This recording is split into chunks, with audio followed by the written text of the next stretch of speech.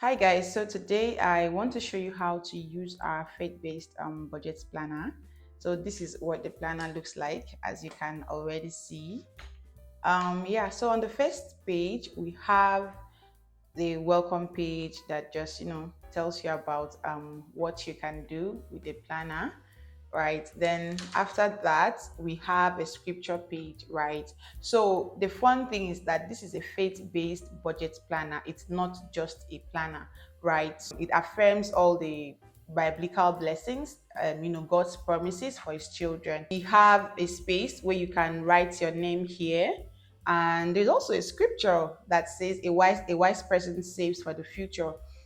Is there anyone here who planning to build a new house doesn't first sit down and figure the cost so you know if you can complete it? So definitely this is the reason you need this budget planner, because you don't want to live life on vibes. You want to be able to plan for things and anticipate needs, especially recurring needs that are not new, right? So you write your name here. We have a divider page that tells you that a new month is about to begin, right? So it says new month's budget. My barns will be filled to overflowing and my vats will brim over with new wine. So basically, every divider page comes with a scripture. How nice is that? And so for every month, right, we have this goals page, right? So you write the month here, you write the year that you're using it here. Here you write your income target. Like if you're a salary earner, you already know, okay, your income is in 500,000, right? So you can write it here. But beyond being a salary earner, maybe you also have a side hustle like I do, right? And you are hoping to maybe make sales or make up to 200K, 500K.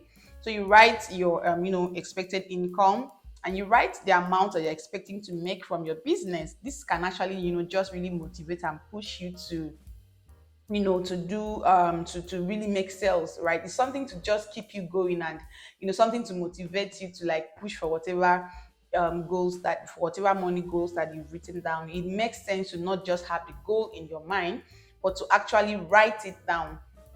So we have the savings goal. So if you're earning like 1 million monthly, how much do you aim to save? It is important to set goals, because if you don't, you may end up forgetting and just living on vibes. And I'm very big on writing things down, whether you're writing it down on a digital note or on a physical note like this. It is important you write it down. It will impress it on your mind, and also just you can always go back to it like a reminder.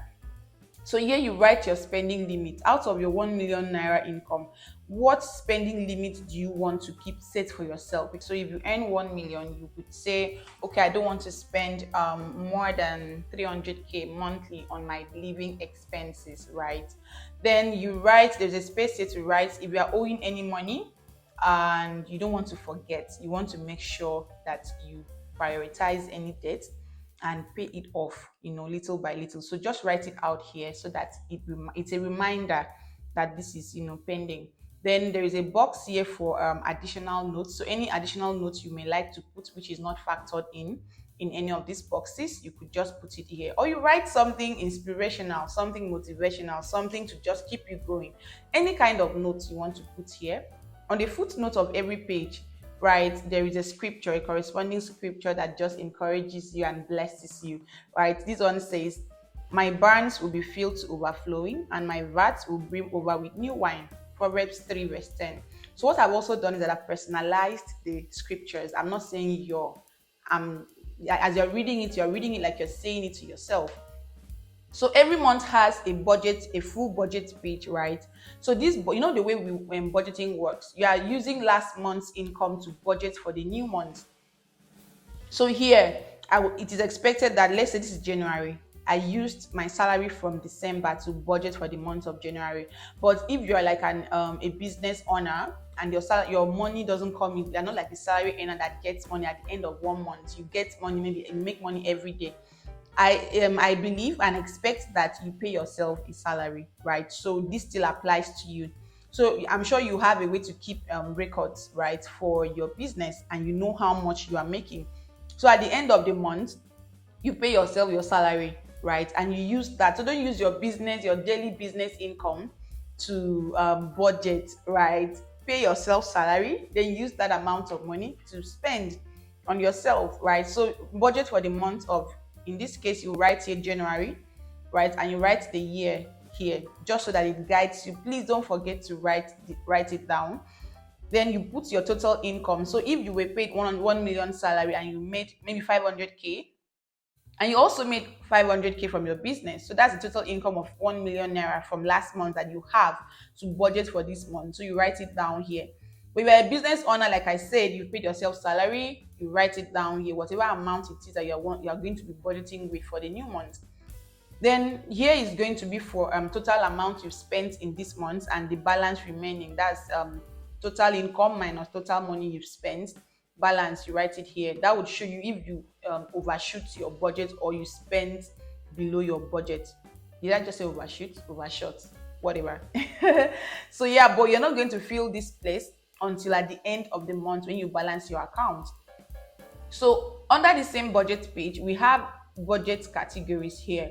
So I did this to just make it easy. If you've bought our spreadsheet budget template, you understand these categories already, right? So there is a tithe. So if you pay tithe already, you know that's 10%. So let's say 1 million, 10% of 1 million is 100,000 naira. So you just write down 100,000 naira here. How much do you want to save from your 1 million income?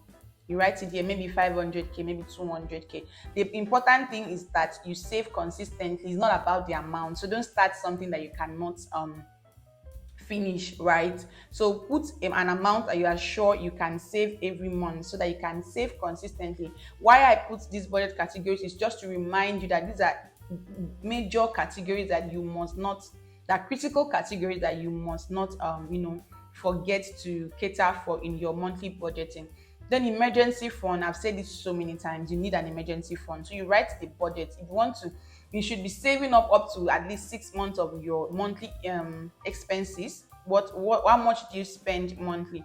Multiply that by 6 months and target that as your savings goal for emergency fund. Keep in mind that this is the budget section, not the actuals, right? What you would like to do. And then you write how much you want to invest. If you are currently investing in something or you want to invest maybe 5K, 10K, 50K, whatever the amount is, you write it here. And how much are you budgeting to spend at the end of the month for your feeding?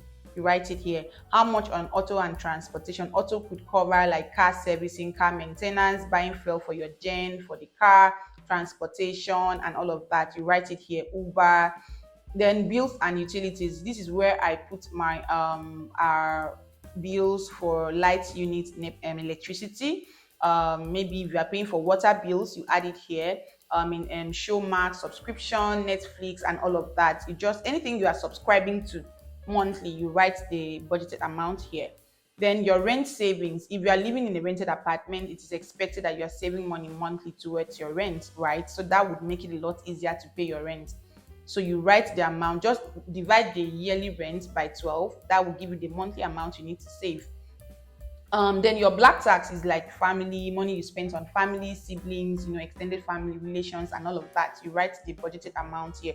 And we have 5 free spaces here, rows, so that if any of these categories, maybe if the categories here are not enough, you can write out the categories that you want. You can just add it here. There are like 5 spaces here. So it is important that you write out the budget first, so that at the end of the month, you can now write out the actual. Okay, you budgeted 500K for feeding.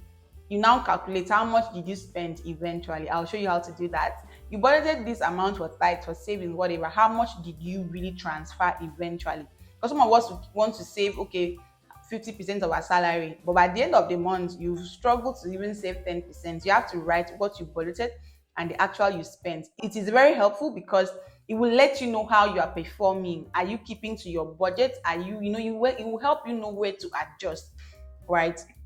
So after that budget page for every month, you have like 13 of these expense tracker, right? Daily expense, where you record your everyday expense, right? So if you want to maybe buy, let's say pay for electricity units, right?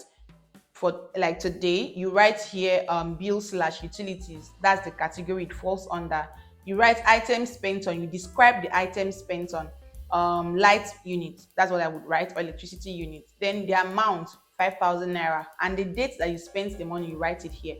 So make sure that you remember to list out all the categories.